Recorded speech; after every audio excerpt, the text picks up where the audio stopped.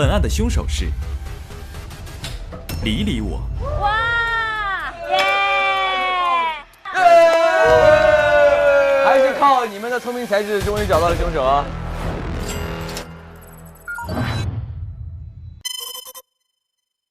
我是本案的凶手理理我，和其他6人一样，都是 Loading 组织的成员。在我死后，我被朋友们做成了数字人，在推门游戏中永生。因为数字人的能力，我调查到我死前介绍来给游戏做管理员的摆设计想要害死其他几个人窃取游戏的事情。为了保护朋友们，我决定要杀掉摆设计。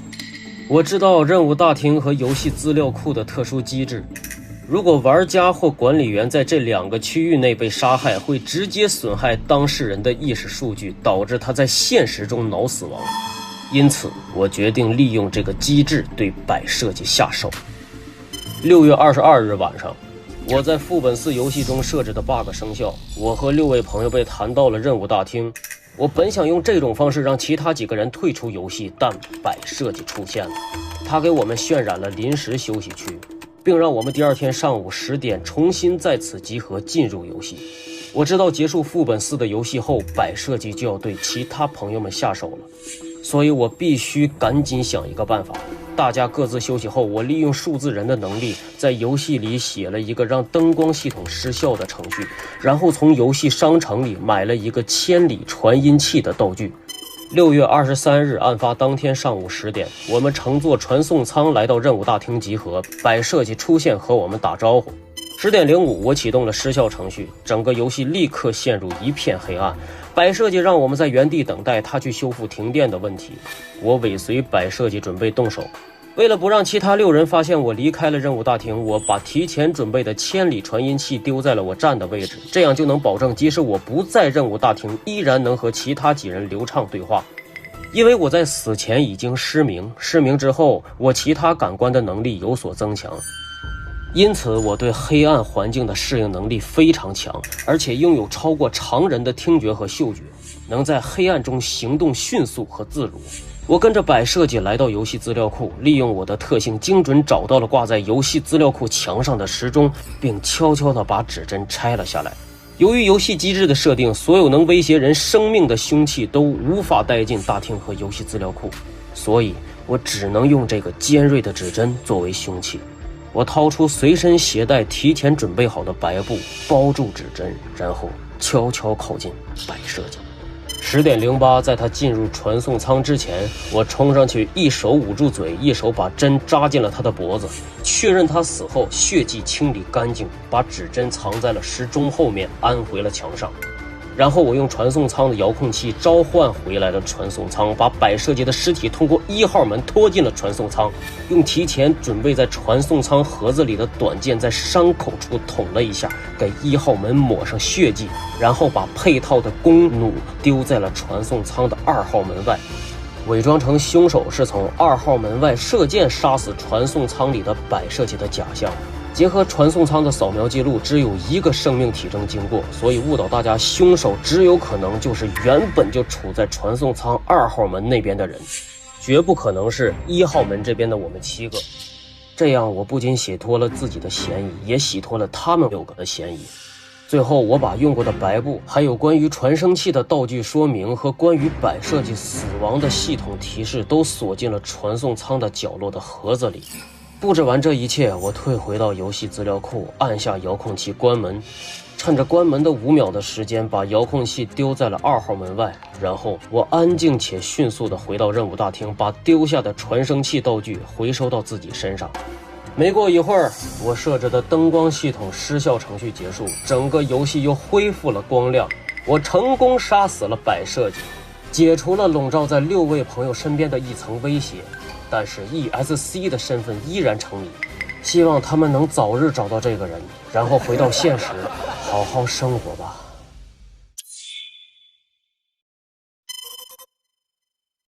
我是玩家刘宇宁，在本案中饰演，不对，刘宇宁好像不是我的玩家姓名，这是我在进入推门新手试炼时的角色名。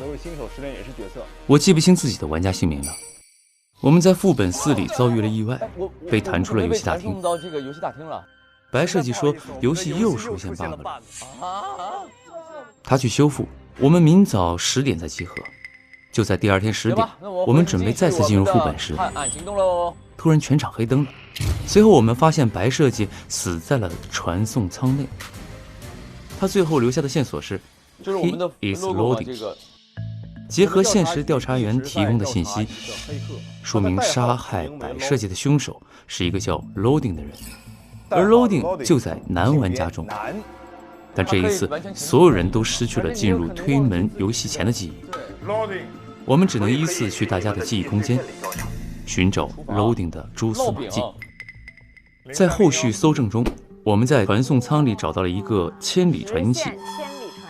我突然想到，这应该是凶手作案时用的。当时是黑灯状态，凶手用这个跟我们对话，我在呢，我在呢，我在呢，假装他还在游戏大厅跟我们待在一起，实际已经跑去传送舱那边杀人了。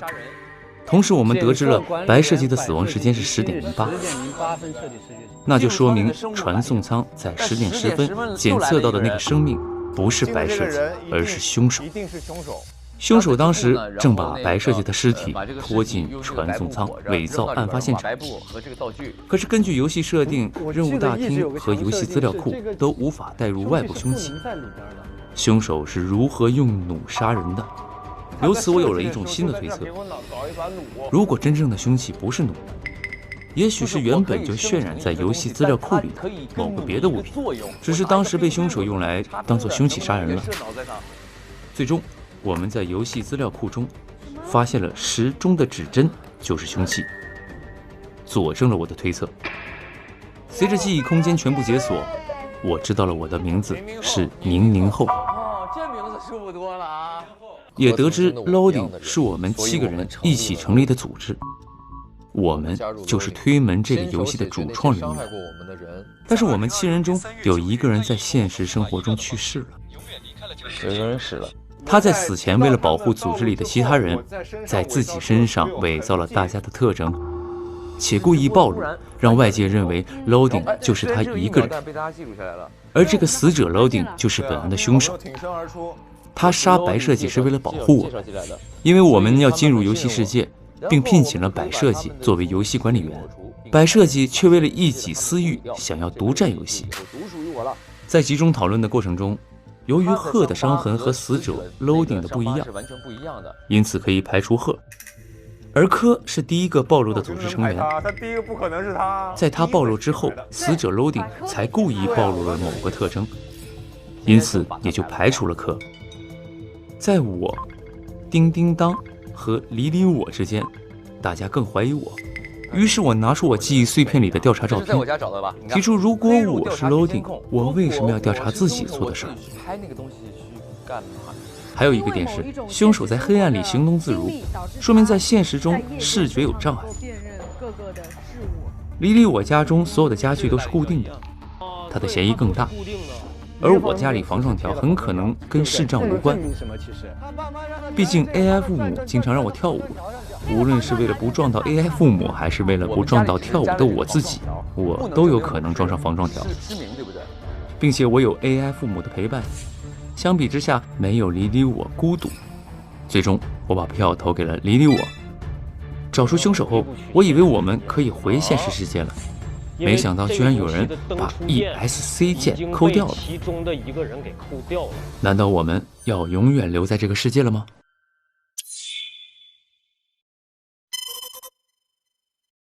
我是玩家张凌赫，在本案中饰演推门游戏的玩家。不对，我好像不叫张凌赫，我不记得登录游戏时自己的名字了。由于系统又出现 bug， 我们来到了游戏大厅。白设计在帮我们修复 bug 时死在了传送舱，他在死前给我们留言说杀他的人是 Loading。 为了寻找 Loading， 我们去到了各个记忆空间。我们去到的第一个空间是一个煎饼摊，真烙饼的地方。在这里我发现原来我叫呵呵哒，是一个煎饼店的员工。同时我还发现我和 Loading 一样，手部曾受伤。难道我就是 Loading？ 但是我们在报纸上看到的 Loading 留下的伤口打破了这个猜测。那个伤口的位置和我受伤的位置有细微的不同，位置不同啊，所以我肯定不是凶手 Loading。一讨时，我们一起分析了案发过程。我发现柏设计根本就不是死在传送舱里的，而是凶手在杀了他之后，用白布将他拖到传送舱里，伪造了第一案发现场。我还发现线索表明，外部武器无法进入游戏大厅，而凶手是在资料室杀死死者的，所以我猜弩并不是凶器。我们重返真正的案发现场资料库，找到了 Loading 留下来的信件。原来 Loading 是我们几个人一起创造的惩治坏人的组织。由于我们中有人行迹暴露，即将被抓，其中一人决定主动暴露自己，自杀谢罪，扛下一切。之后，我们上传了这个人的记忆，让他在游戏世界里复活。我们也一起去到了游戏世界。他之所以要杀死柏设计，是因为他发现柏设计要把我们永远的困在游戏里，并且柏设计还想独占我们的游戏成果。为此，凶手一直在篡改之前的副本，让剧情充斥着黑暗与杀戮，想让我们打出低分弹出游戏世界。可谁知我们沉浸在游戏里乐不思蜀，但是再继续下去，我们会有生命危险。他只好杀死柏设计。信件里特别提到，我们中有几个人暴露了个人信息后，他才有了独自认罪的计划。因此我提出，第一个被暴露个人信息的科科爱一定不是凶手，所以我排除了他。凶手在00后、叮叮当、李李我之中，因为线索显示凶手是一个很孤独的人，这一点上我认为您和李比较符合。二人中，我一开始认为00后和李李我暴露的个人信息很相似，都是公寓地址，但是00后暴露的信息更细节一些。我认为这更符合凶手想要通过细节信息让人精确找到的心态。但我们发现，凶手在黑暗中行走自如，他一定曾患有视觉障碍，才会有如此厉害的夜视能力。00后房间里有红灯条，但有可能是为 AI 父母准备的。对，是的。而李李我房间的桌子都被固定住了，我们没有找到他为其他人准备的可能性，所以他更大概率是给有视觉障碍的自己准备的。因此我最终投票给李李我。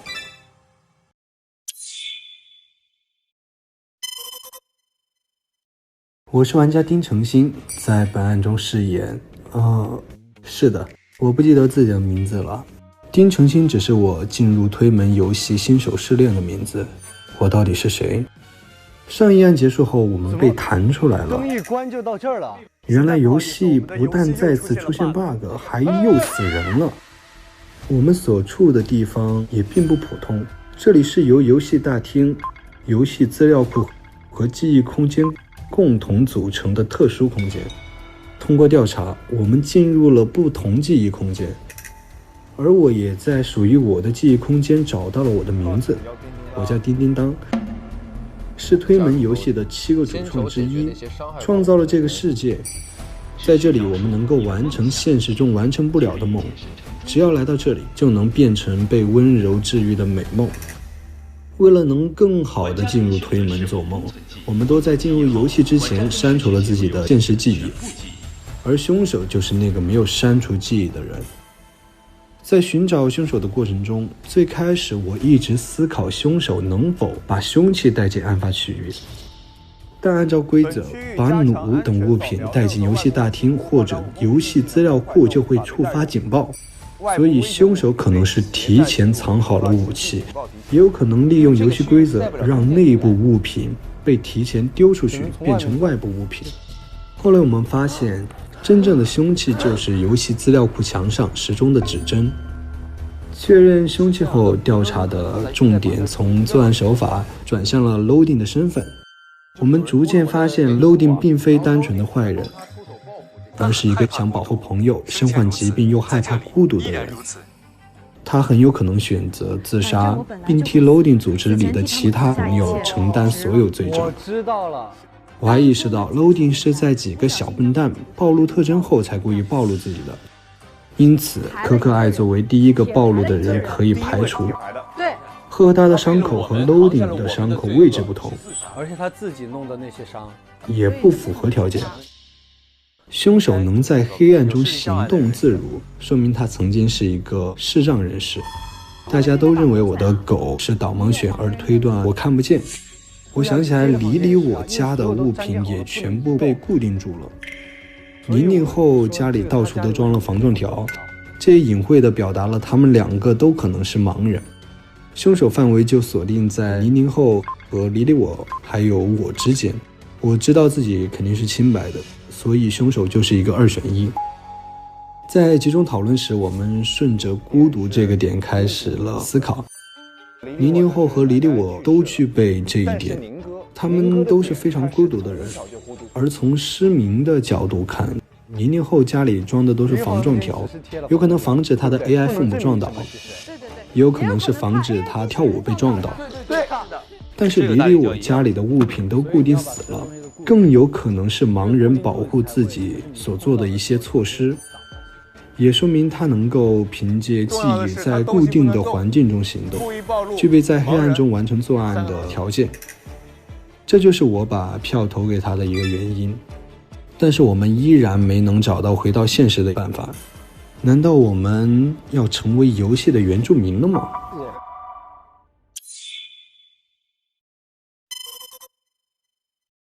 我是玩家周可宇，在本案中饰演推门游戏玩家。哎，不对，周可宇是我新手失恋的名字，我是谁我不太记得了。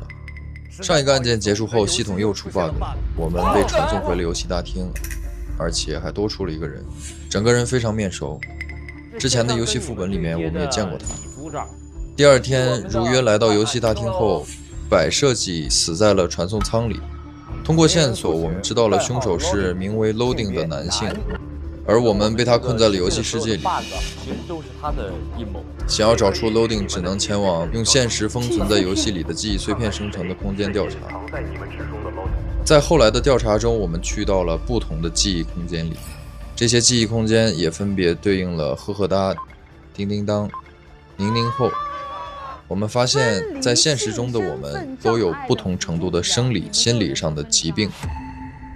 此时的我猜测，我们可能是同一个人分裂出来的不同人格。不一样的性格。在一个冰箱的空间里，我找到了我的名字。原来我的名字叫做柯柯爱，这里是我的记忆空间，而我以 Loading 的身份进行了作案。使用黑心食材的人，难道我就是 Loading？ 通过线索，我们推断 Loading 可能是同一个人。而这个人因为不同的经历分离出了不同的人格。可是根据 Loading 的案件报告书来看， Loading 有可能并不是一个人，因为伤口位置不同，真是太奇怪了。在离我的空间里，我找到了答案。其实我们几个根本不是一个人， Loading 是我们7个人一起创办的组织，其中有一个人杀掉了摆设计。而 Loading 为什么要杀掉摆设计呢？有一种可能性是，我们才是这个游戏的设计师，而摆设计剽窃了我们的作品，从而我们有人觉醒，想要杀掉摆设计。Loading 可能是一个好人。后面我们通过专属地图留下来的线索，我们得知了凶手可能并不是为了逃脱，而是反过来故意暴露自己，让调查局找到他，从而保护其他的人。这个方向也解释了为什么会有那么多看似 Loading 主动留下的痕迹。烫伤疤，也知道了现实世界里他已经死亡，但是我们把他的记忆存储在了游戏世界里，让他以数字人的形式复活了。因为摆设计想独占游戏，把我们困在游戏里，他知道之后修改了游戏内容，希望我们能够打出低分，弹出游戏世界。没想到反而我们越挫越勇，所以他为了保护我们而杀掉了摆设计。因为宁和李都暴露了 IP 地址，所以我这样进行推测。因为 Loading 说自己故意暴露了一些特征，用来保护我们，而宁就住在幸福路777号。如果他是 Loading， 他没有必要暴露自己的真正住址，那么宁的嫌疑就可以大大的缩小。所以我的锁凶对象就是离我。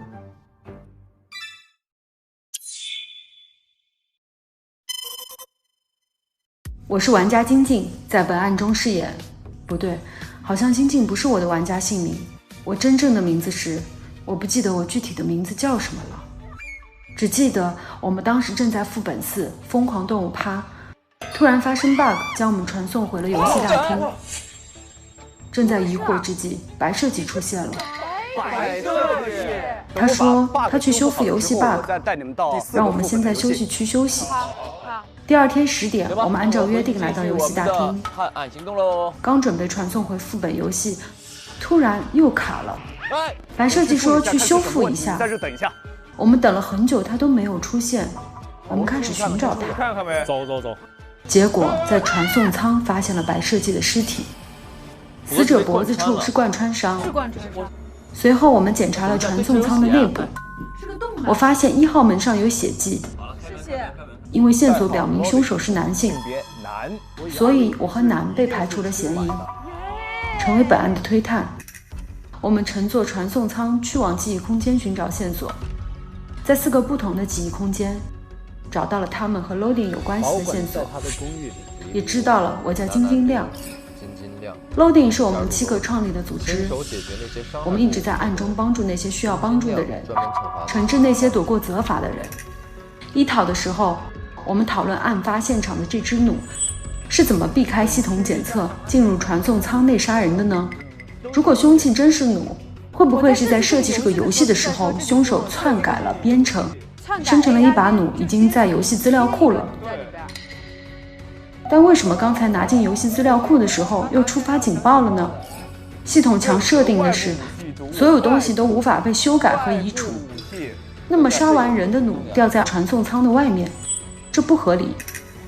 根据线索，我们得知我们创造了 Loading 这个团队，所以我们成立了 Loading。但由于它越来越壮大，为了不引起注意，所以我们对外制造 Loading 是一个人的假象。我们自己假造了一个叫 Loading 的人，让外界以为只有他一个人在犯案。其实所有的一切都是我们自己设的局。对，自己设的局。我猜测凶手的动机是因为他发现朋友们都来游戏世界陪他，而白设计却想把我们困在这里。他想解救我们。当时白设计来修复灯光 bug， 凶手用墙上的指针作为武器杀了白设计，所以不会触发警报。因为他以前的经历导致他在黑暗中可以完成任务。他用千里传音完成和我们的对话，最后用指针杀了白设计。外面的弩是他之前准备好用来迷惑我们的。随后我发现了铁排除科的线索。铁排了一个人。Loading 是发现了几个小伙伴暴露了特征之后，故意暴露自己的一个特征。所以我排除了第一个暴露的人。对啊，柯柯爱。而且根据尸体特征，我又把贺给排了，是完全不一样的，所以这不可能是他。此时，小丁一语惊醒梦中人，离我家的摆设都是固定的，他也具备凶手的必要条件。我们庭审了离我，在您和离我之间，我很摇摆。防撞条也不能完全证实他是失明的，也有可能为了保护 AI 父母，所以我觉得 Loading 就是离我。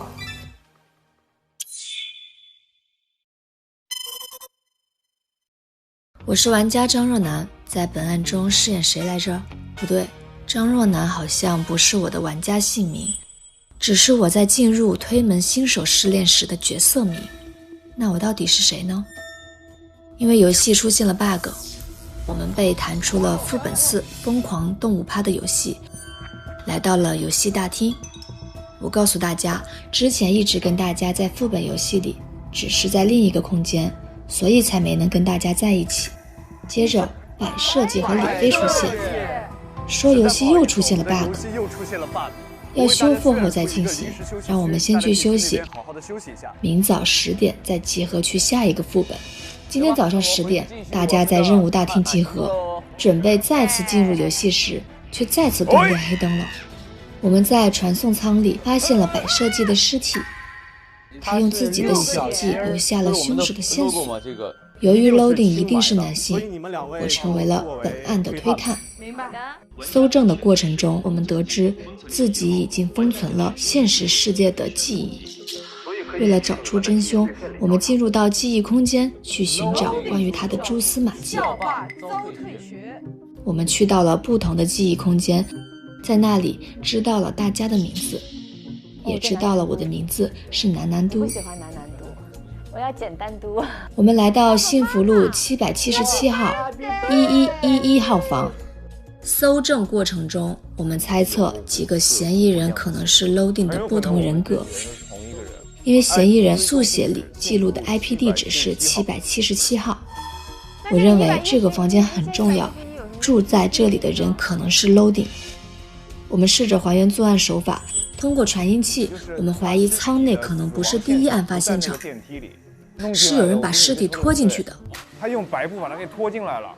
而凶手是无法把武器带入游戏大厅的，那么他是怎么杀了摆设计的呢？在随后的搜证中，我找到了寻狗启事。我提出猜测丢失的狗狗可能是导盲犬，主人是视障人士。通过案件报告上的伤口和嫌疑人速写上的伤口对比，发现伤口的位置并不一致。难道是凶手自己做的伤，想栽赃吗？在找到专属地图的 iPad 后，我们知道了 Loading 在生前和游戏里都很害怕孤独。我认为失去奶奶的李李我很契合。对，他很孤独，很孤独。他的目的就是为了保护我们，把自己推出去了。我在资料库的墙上找到了一个时钟，背面真的是凶手用过的时针。那块白布就是为了防止血迹滋出来的。原来凶手就是通过这个时针杀死了摆设计。最后，我认为李李我奶奶离世了，她很伤心，害怕孤独，这很符合 Loading 的心境。但所有线索似乎又都指向宁宁后，一时间我觉得她更像 Loading， 所以在二人之间我犹豫不决。但因为只有一次投票机会，最终我还是把票投给了李李我。但 ESC 的身份依然是个谜，我们怎么才能离开这个游戏世界呢？正片 SVIP 每周3、周4 12点更新 ，VIP 次日12点更新，会员抢先看1周。每周2 12点副本解锁中，提前解锁角色高能时刻。每周4 12点副本存档中，一起还原案件真相。每周5 12点推门万事屋，加更开推团的日常，推门居民幕后采访，了解更多玩家幕后精彩瞬间。每周6 12点推门玩家彩蛋，捕捉玩家更多精彩时刻。每周日12点推门花絮连连看，持续解锁正片之外的隐藏惊喜。每周日周一预告抢先看。